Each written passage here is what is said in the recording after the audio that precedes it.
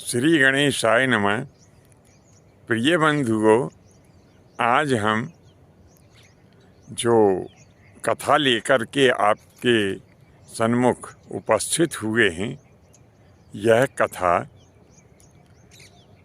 राम कथा से संबंधित है और इसमें ऐसी बहुत सारी बातें ऐसी है जो आपकी जानकारी में नहीं रही है। तो आप बने रहिए हमारे साथ में और इस भाग को आप पूरा देखें। सर्वप्रथम हम आपको बता रहे हैं कि भगवान श्री रामचंद्र जी महाराज का इस धराधाम के ऊपर प्रकाट्य कब हुआ। बस यही बात सुन के और आप धीरे से मुस्कुरा दिए होंगे कि अरे गुरुजी, इसमें आप हमें कौन सी नई जानकारी दे रहे हैं। अरे ये तो हमें पहले ही पता है। निश्चित ही आपको ये पता होगा कि भगवान श्री रामचंद्र जी महाराज का इस धराधाम के ऊपर प्रकाट्य चैत्र शुक्ल पक्ष, या इसको इस प्रकार से भी कह सकते हैं कि उतरते चैत्र की जो नौमी तिथि होती है, उस नौमी तिथि के दिन मध्याह्न समय में अभिजित वेला में,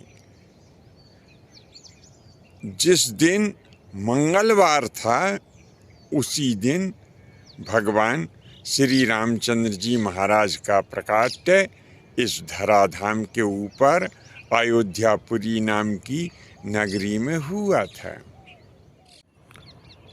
अब सबको ये ज्ञात है कि भगवान श्री रामचंद्र जी महाराज और उनके भाइयों की ससुराल जनकपुरी में थी, लेकिन आप लोगों को ये ज्ञात नहीं होगा कि भगवान श्री रामचंद्र जी महाराज की बारात लेकर के और राजा दशरथ जो थे वो धनतेरस के दिन जनकपुरी पधारे थे।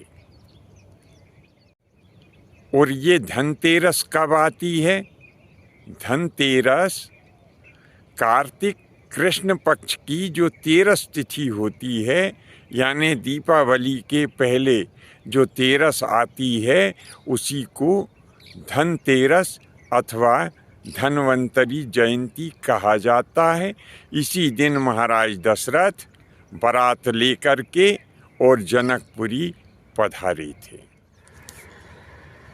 अब मार्गशीर्ष, ये मार्गशीर्ष नाम का एक महीना होता है। इसे अघ्घन का महीना भी कहते हैं।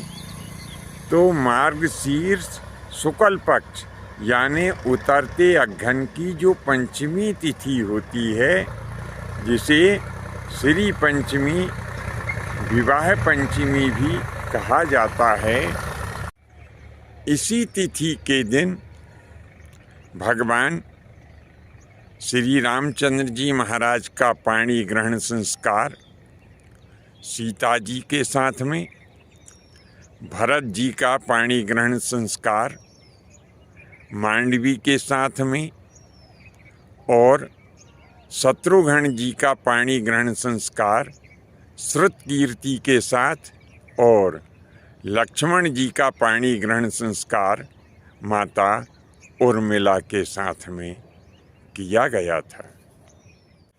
अब इसी प्रकार से चैत कृष्ण पक्ष में जो पंचमी तिथि आती है, यानी लगते चैत की जो पंचमी तिथि होती है, इसे रंग पंचमी भी कहते हैं।